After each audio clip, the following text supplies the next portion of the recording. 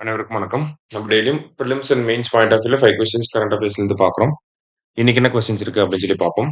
First one, India's longest served CM is Pawan Kumar Chamling in Sikkim அப்படின்னு சொல்லி கொடுத்திருக்காங்க. அதாவது கிட்டத்தட்ட 25 ஆண்டுகள் வந்து பாத்தீங்கன்னா இவரு முதலமைச்சராக இருந்திருப்பார். ஓகேங்களா? தொடர்ச்சியா இல்ல, மொத்தமா பார்க்கறப்ப 25 வருஷம் முதலமைச்சரா இருந்திருப்பார்.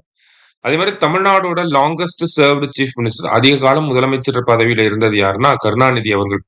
கிட்டத்தட்ட 18 வருடம் வந்து பாத்தீங்கன்னா இவரு முதலமைச்சர் பதவியில இருந்திருப்பார். ஓகேவா? சோ 2மே கரெக்ட் ஸ்டேட்மெண்ட் தான். போத் கரெக்ட் அப்படிங்கிறது கரெக்ட் ஆன்சர். அடுத்தது, who among the following has been awarded இலக்கிய மாமணி விருது அப்படின்னு சொல்லி கேட்டிருக்காங்க. இலக்கிய மாமணி விருது யாருக்கு வழங்கப்பட்டிருக்கு அப்படின்னு சொல்லி பாத்தீங்கன்னா, ஞானசுந்தரம், காமராசு, அடுத்தது சோமசுந்தரம், இவங்க 3 பேருக்குமே வழங்கப்பட்டிருக்கு. சோ ஆல் தி அபவ் அப்படிங்கிறது தான் கரெக்ட் ஆன்சர். படைப்பு தமிழ், மரபு தமிழ், ஆஹ் இந்த வடிவங்கள்ல இந்த இலக்கிய மாமணி விருது அப்படிங்கிறது வழங்கப்படுது. சரிங்களா? நமக்கு வந்து மரபு தமிழுக்கு வழங்குறாங்க. அதை தாண்டி பாத்தீங்கன்னா படைப்பு தமிழுக்கு வழங்கப்படுது.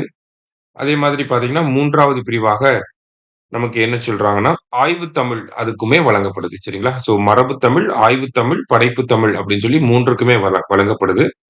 அதுல மரபு தமிழுக்கு ஞானசுந்தரம் அவர்களுக்கும், ஆய்வு தமிழுக்கு பாத்தீங்கன்னா காமராஜர் அவர்களுக்கும், சோமசுந்தரம் அவர்களுக்கு பாத்தீங்கன்னா படைப்பு தமிழுக்கும் கீழ இந்த விருது வழங்கப்பட்டிருக்கு. சரியா? இதுல 5 லட்ச ரூபாய் காசு கொடுக்குறாங்க.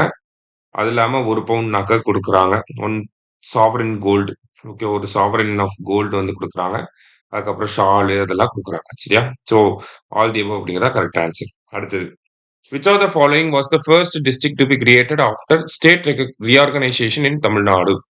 தமிழ்நாட்டில் மாநில மறுசீரமைப்பிற்கு பிறகு உருவாக்கப்பட்ட முதல் மாவட்டம் எது அப்படின்னா 1965ல சேலம் பிரிச்சு தருமபுரி அப்படின்னு சொல்லி ஒரு மாவட்டம் உருவாக்கியிருப்பாங்க. ஓகேங்களா?